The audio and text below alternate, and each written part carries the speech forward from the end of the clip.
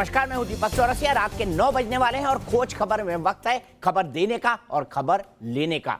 Corona वाली जमात यानी तबलीगी जमात के दामन पर जितने दाग है उतने ही कौनते सवाल भी। मौलाना साद कानून से लुका छुपी का खेल खेल रहा है, मगर मनी लॉन्ड्रिंग केस की जांच में प्रवर्तन निदेशालय के रडार पर उसके राजदार और बेटे आ ही गए। आज कई घंटों तक पूछताछ चली। पूछा गया कि विदेशों से पैसे कौन कौन भेजता था और भारी भरकम लेन देन का मकसद क्या होता है, क्योंकि तबलीग की जमात तो दावा करता है कि वो सिर्फ इस्लाम के प्रचार का एक माध्यम पर है। तो क्या पर्दे के पीछे हवाला रैकेट भी एक्टिव हैं? फिलहाल इसकी जांच जारी है। उधर कोरोना कॉल में जमातियों के उत्पात से पूरा देश वाकिफ है। किस तरह कोरोना के कर्मवीरों को निशाना बनाया गया, मगर कुछ लोग ऐसे हैं जो कोरोना और मौलाना साद के गुनाह को हिंदू मुसलमान करने से बाज नहीं आ रहे। आपको उनके काले कारनामों का काला चिट्ठा दिखाएंगे, सबसे बड़ी बहस को आगे बढ़ाएंगे।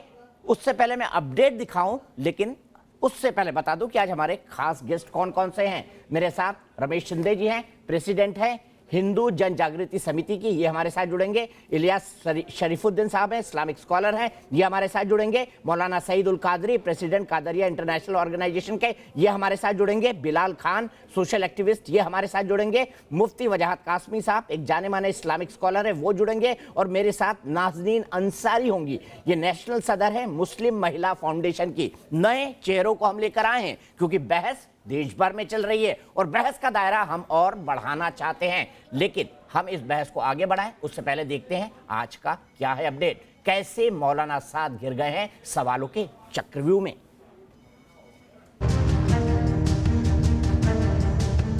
कोरोना वाली जमात के आका मौलाना साद के मनी लॉन्ड्रिंग कनेक्शन को खंगालते हुए प्रवर्तन निदेशालय की टीम उसके बेटे और उसके रिश्तेदारों तक पहुंच गई। ईडी ने मौलाना साद के रिश्तेदार अब्दुल रहीम और उसके बेटे यूसुफ से पूछताछ की। ईडी ने अब तक शामली में मौलाना साद के फार्म हाउस के कुछ कर्मचारियों समेत करीब 18 से 20 लोगों से पूछताछ की है जो मौलाना के राजदार रहे हैं। मनी लॉन्ड्रिंग मामले में मौलाना साद से पूछताछ करने से पहले प्रवर्तन निदेशालय मरकज के सभी फाइनेंशियल ट्रांजैक्शंस की जानकारी हासिल करना चाहता है और इसीलिए मौलाना साद के 18 के करीब करीबियों से प्रवर्तन निदेशालय अब तक पूछताछ कर चुका है। मौलाना साद के साड़ू और उनके बेटे से जब प्रवर्तन निदेशालय ने करोड़ों के लेन देन के बारे में सवाल किए तब उनके पास जवाब नहीं थे। मौलाना से जुड़े जिन लोगों से पूछताछ हुई उनमें मौलाना साद का सहयोगी, कर्मचारी और रिश्तेदार शामिल हैं। आरोप है कि मौलाना साद मनी लॉन्ड्रिंग रैकेट चला रहा है। ईडी की पूछताछ खासतौर पर इन बिंदुओं पर थी कि जमात की फंडिंग का सोर्स क्या है और मनी ट्रेल क्या है। ईडी ने मौलाना साद के बेटे यूसुफ से पूछा, पैसा कहां से आता है? इस पर जवाब मिला, ये पैसा मरकज में आने वाले जमाती देते थे, हम किसी मनी लॉन्ड्रिंग में शामिल नहीं। अगले सवाल में ईडी ने पूछा, मरकज के अकाउंट और पैसे का हिसाब किताब कौन रखता है? इस पर जवाब मिला, हमारा सीए। ईडी ने अगले सवाल में पूछा कि विदेशों से पैसा भेजने का मकसद क्या था? इस पर साद के बेटे यूसुफ ने टाल मटोल करने की कोशिश की। अगले सवाल में पूछा गया कि पैसों के हिसाब किताब में मौलाना साद का कितना दखल था? इस पर जवाब मिला कि मरकज के अमीर होने से मौलाना साद को सब पता था। यूसुफ से अगले सवाल में पूछा गया कि ज्यादातर पैसा कहां से आता था, कैश का हिसाब कैसे रखते हो? इस पर यूसुफ ने कहा, अलग अलग देशों से जो भी बन पड़ता था वो देता था। मरकज के फाइनेंस से जुड़े सवालों के साथ मौलाना के राजदारों से पूछताछ हो रही है और मुश्किलें मौलाना साद की बढ़ती जा रही हैं। देखिए किस तरह मौलाना साद कानून के चक्रव्यूह में घिरा है। क्राइम ब्रांच को उसकी तलाश है। मनी लॉन्ड्रिंग केस में ईडी ने शिकंजा कसा है। इन सब के बीच जमात के आतंक कनेक्शन की जांच मल्टी एजेंसी सेंटर यानी मैक की टीमें कर रही हैं। मगर जमात और साद के गुनाहों पर पर्दा डालने के लिए इलियास शरीफुद्दीन जैसे इस्लामिक स्कॉलर मामले को हिंदू मुस्लिम का रंग दे रहे हैं। Modi government failed to have a watertight case or airtight case against the chief of Tablighi Jamaat regarding the coronavirus pandemic and the breaking up of the lockdown and so on. Then they are using another cunning strategy to put Tablighi Jamaat and its president Maulana Saad in money laundering case using ED. That he might have got the money from outside and spent somewhere and so on. Cases has been filed. Thousands of crores the temples and ashrams received. Thousands of crores BJP received through electoral bonds. But no investigation on this. No investigation. But as far as Tablighi Jamaat is concerned, because they are Muslims, reports are going, FIR is filed without any proper investigation and thorough proofs. This is nothing but vilification of Muslims and injustice in Bharat. ये पहली बार नहीं है जब तबलीगी जमात विवादों के दलदल में हो। इससे पहले टेरर फंडिंग में भी जमात का नाम सामने आया था। तबलीगी जमात से जुड़े मोहम्मद सलमान पर टेरर फंडिंग का आरोप लगा था। हाफिज सईद के फलाह इंसानियत संगठन से फंड लेने का आरोप है। 3 अक्टूबर 2018 को पलवल के एक मस्जिद में एनआईए ने छापेमारी की थी। टेरर फंडिंग मामले में 3 आरोपियों की गिरफ्तारी हुई थी। जांच में पता चला कि दुबई में रहने वाले एक पाकिस्तानी के संपर्क में था सलमान। जांच एजेंसी की रिपोर्ट के मुताबिक निजामुद्दीन के रहने वाले मोहम्मद सलमान ने हरियाणा के पलवल में एक मस्जिद के निर्माण के लिए 70 लाख रुपए दिए थे, जिसकी जांच चल रही है। मगर दुनिया भर में फैले तबलीगी जमात पर चौंकाने वाला खुलासा तब हुआ था जब विकीलीक्स ने अलकायदा के साथ जमात का नाम जोड़ा था। 17 नवंबर 2011 को हवाला वीजा फर्जीवाड़े पर विकीलीक्स ने खुलासा किया था। तबलीगी जमात के तार अलकायदा से जुड़े होने का विकीलीक्स ने दावा किया था। फंडिंग और वीजा गतिविधियों में जमात के हाथ होने का आरोप लगा। रिपोर्ट में यह भी बताया गया था कि भारत में पैठ बढ़ाने के फिराक में है अलकायदा। मगर अब भी कानून की चौखट पर कई ऐसे सवाल हैं जिनका जवाब मौलाना साद और उसकी जमात को देना है।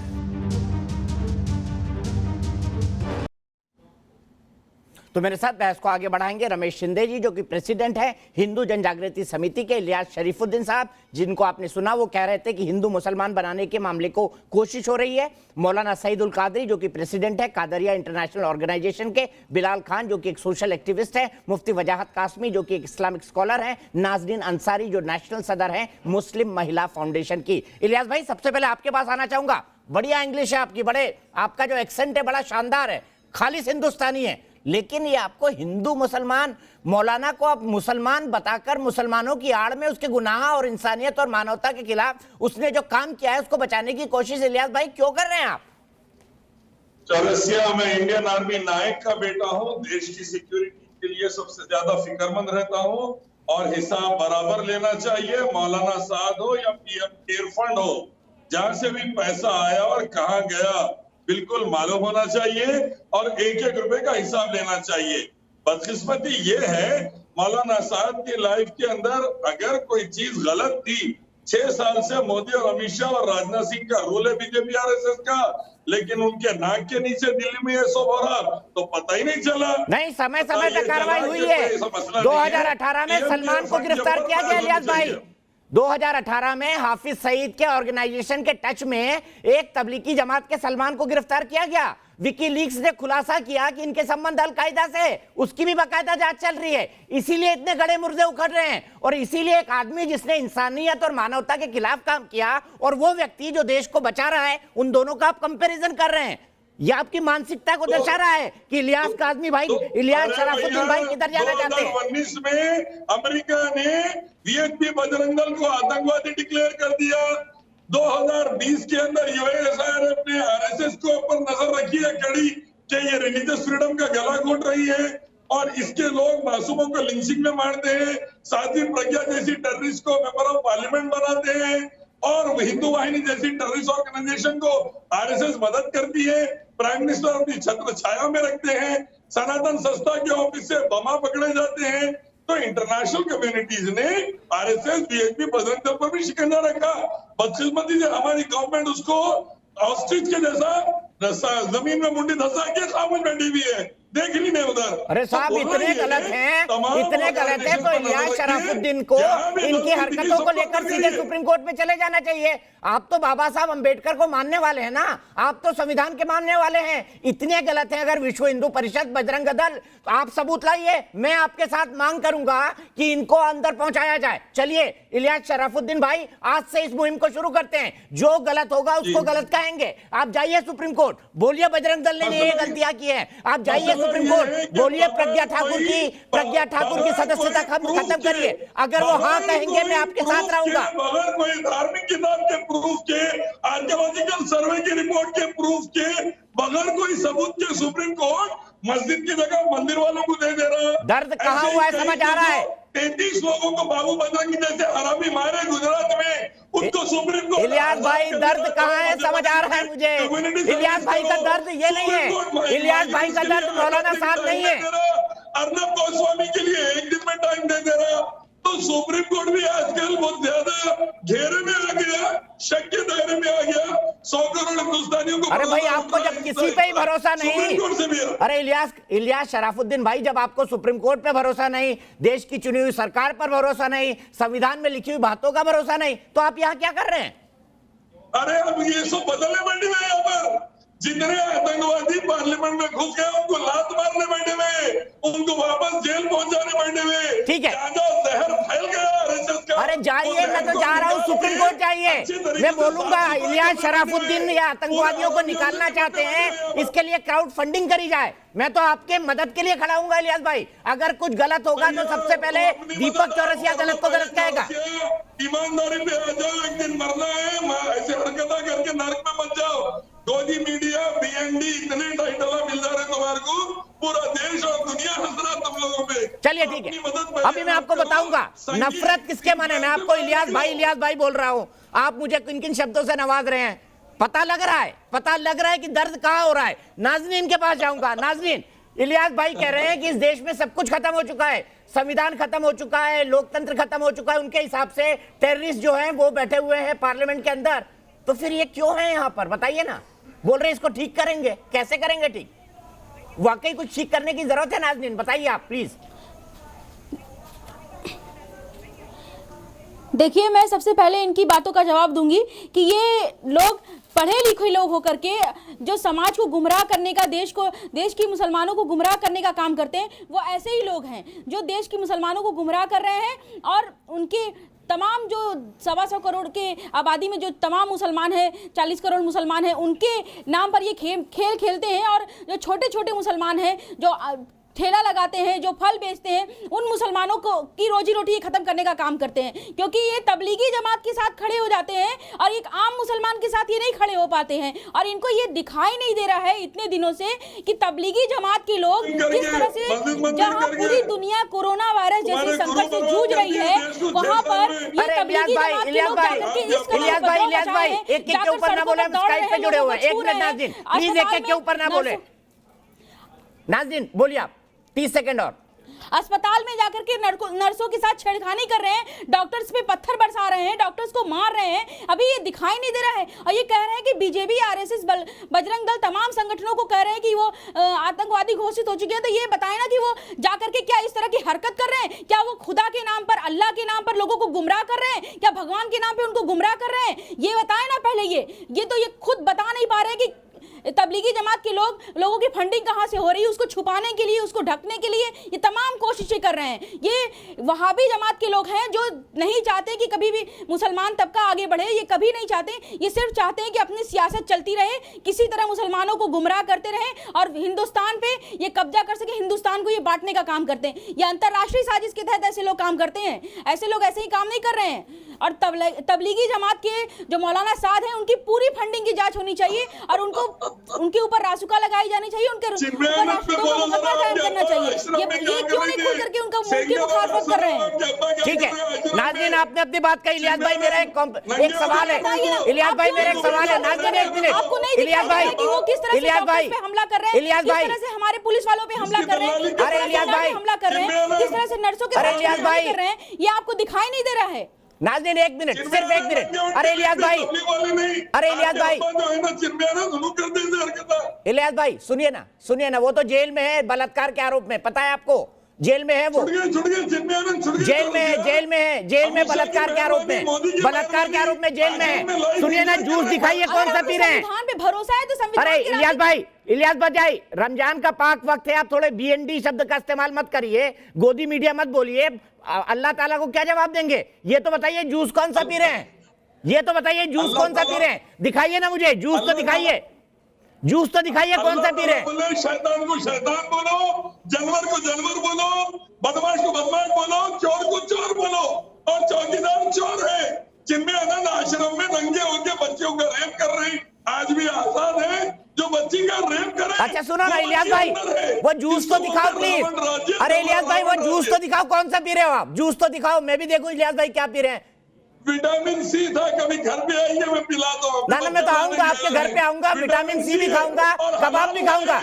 दिखाइए तो देखिए, ये इस देश में ही हो सकता है, ये इस देश में ही हो सकता है कि भर भर के चुनी हुई सरकार को ये गाली दे रहे हैं, संवैधानिक संस्थाओं पे सवाल उठा रहे हैं और ऐश के साथ नेशनल टेलीविजन पर जूस पी रहे हैं।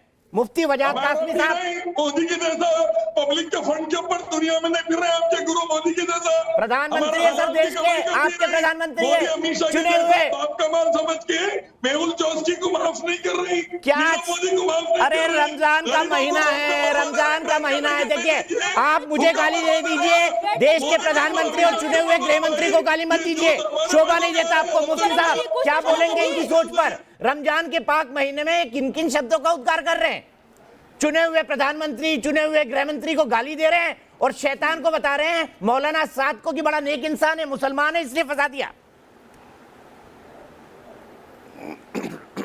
जी दीपक भाई, आपने सही कहा। ये कुछ मुस्लिम लीडरशिप इस तरह की उभर के आई है इन 10-15 सालों में, जिनके यहाँ इंसाफ के दो पैमाने हुए हैं कि अगर मौलाना अब्दुल कवी और उन जैसे कुछ मौलाना लोग जेल में जाएं तो इनके साथ जुल्म हुआ है, सुप्रीम कोर्ट उनको बरी कर दे तो इनके साथ इंसाफ हुआ है। अगर साध्वी प्रज्ञा जेल जाए तो आतंकवादी जेल गया है, और अगर सुप्रीम कोर्ट साध्वी प्रज्ञा को बरी कर दे तो सुप्रीम कोर्ट ने नाइंसाफ़ी की है। यानी हर कुछ इनकी मर्जी का होना चाहिए। बजरंग दल की बी नहीं पता, आरएसएस की आर नहीं पता, लेकिन अपने घर बैठे बैठे सोशल मीडिया से लेकर इलेक्ट्रॉनिक मीडिया तक ये उनको गालियां बकते रहेंगे। और हमारा पढ़ा लिखा यूथ भी इससे कहीं ना कहीं मुतासिर हो रहा है। और मैं तो बधाई दूंगा आपको कि ये डेली मुंह भर भर के आपको गालियां देते हैं, टीवी चैनल्स को, नेशनल टीवी चैनल्स को, इंटरनेशनल टीवी चैनल्स को गालियां देते हैं, और तमाम टीवी चैनल वाले इनको फिर बुला लेते हैं। ये इससे ज़्यादा इस मुल्क में भाईचारा, इससे ज़्यादा फ्रीडम किसी भी आम आदमी को नहीं हो सकता कि वो अपनी बात कैसे रख सकता है। नहीं, साथ आपने में मौलाना साहब के गाली ताल्लुक से देते सवाल जूस किया भी पीते हैं, मौलाना मेड इन साहब- इंडिया, गाली देते हुए हाँ, जूस भी पीते हैं। इतनी फ्रीडम इसी देश में मिल सकती है। कि वो जूस है कौन सा। जी आरएसएस को एक बात ये है इसमें दीपक भाई याद है कि मौलाना साहब तो अमेरिका बैन कर दिया। अभी इन्होंने किसने स्वामी क्या जी बैन पर, किया? क्या बोल रहे हैं? देखिए स्वामी जी पर इन्होंने इल्जाम लगाया। अल्लाह से थोड़ा खौफ खाइए। देखो सुनो काउंटिंग हो रही होगी ऊपर। इलियास भाई, मैं आपकी बात के बीच में नहीं बोलता हूँ, आप भी मत बोलिए मेरी बात के बीच में। इलियास, मैं तुम्हारी बात के बीच में नहीं बोलता हूँ, प्लीज मेरी बात में भी आप मत बोलिएगा। चलिए, इनके मैं मन आपसे में, कह रहा हूँ इनके कि मन आप में जैसे लोग इस देश में नफरत फैलाते हैं कि एक इतने बड़े स्वामी के ऊपर आपने इल्जाम लगा दिया बैठ करके, अपने गिरबान में इलियास भाई, झांको मैंने आपका और कम वीडियो से कम देखा। देश के प्रधानमंत्री का नाम मुंह धो के लिया करो मेरे भाई। इलियास भाई, देश के प्रधानमंत्री अमित शाह और गृह मंत्री और इस देश के जो ये सम्मानित पद है, सम्मानित पद है इस देश के, उनका नाम मुंह धो के लिया करो। जब चाहा जो चाहा बक दिया। मुफ्ती साहब, मैं एक बात कहना चाहता हूं। अभी इलियास भाई को ऑडियो डाउन रखना प्लीज, बीच में ना बोले। देखिए, इस देश में कहावत है कि लोग पानी पी पी के कोसते हैं। देखिए, देश कितना आगे बढ़ गया है कि इलियास शराफुद्दीन साहब जूस पी पी के कोस रहे हैं और बोल रहे हैं विटामिन सी है। देखिए, जूस पी पी के कोस रहे हैं। आज से कहावत बदल जाएगी। आज से कहावत होगी इलियास सरफराज वो आदमी है जो जूस पी पी के कोसता है। आइए सुनवाता हूं इलियास भाई, आपने कितना ब्रदरहुड है उसका एक और एग्जांपल दिखाता हूं। दिखाइए इलियास भाई क्या बोलते हैं लॉकडाउन तोड़ने के बारे में, प्लीज दिखाइए। Bull ox died. Cow is Mataji, bull ox is Pitaji. He died. And thousands gathered in the funeral of the bull, in the funeral of the ox, by breaking the lockdown. Such idiotic things are happening. Why? Because they don't have Islam. Hence I say, come towards only Creator God Allah. Worship Him alone. Obey His final messenger, Prophet Muhammad, peace be upon him. Have Islam, have peace, prosperity and security. मतलब भारत में इस्लाम आ जाएगा तो सब कुछ ठीक हो जाएगा, पर भारत में तो इस्लाम है भाई। कहां से ये आइडिया आया इलियास शराफुद्दीन साहब? ये कहां पर आपने बैल का फ्यूनरल देख लिया? वैसे हमारे हिंदुस्तान के अंदर बैल को भी पूछते हैं, हिंदू भी पूछते हैं, मुसलमान भी पूछते हैं। हंस रहे हैं आप? बैल का जनाजा निकला और 5000 से ज्यादा संगी उस जनाजे में मौजूद थे, बैल की अर्थी में मौजूद थे। कोई मीडिया और पुलिस वालों को नहीं दिखा। ये कहाँ हुआ? हिंदुस्तान में अरे अगर ये इस्लाम बताइए, रहता, ये ब्रेकिंग न्यूज तो आपने निर्भया कहाँ का देखी? रेप नहीं होता, इलियास आसिम शराफुद्दीन, का रेप ये नहीं ब्रेकिंग होता, न्यूज आपने कहाँ करप्शन नहीं देखी? रहता, भुखमरी नहीं रहती। अरे इलियास गरीब शराफुद्दीन, भूखा ये नहीं ब्रेकिंग मरता, न्यूज आपने शराब कहाँ की देखी? दुकानों पे लंबी लंबी लाइनें नहीं रहती। इलियास शराफुद्दीन, ये ब्रेकिंग न्यूज आपने कहाँ देखी कि बैल के जनाजे में 5,000 संगी थे? लिंचिंग में मासूम नहीं मरते। ठीक है, रमेश भाई के पास चलता हूं। रमेश भाई, इनके पास कोई जवाब नहीं है। बता दीजिए कि इस देश में गाय को माता और बैल को पिता अगर कहा जाता है तो उसके पीछे क्या थॉट है? ये देश क्या है कि जहां पर पत्थर, पहाड़, कंकर, उसको भी पूजा जाता है? क्या ये वाकई में ब्रदरहुड है जिसकी कल्पना बाबा साहब अंबेडकर ने की थी?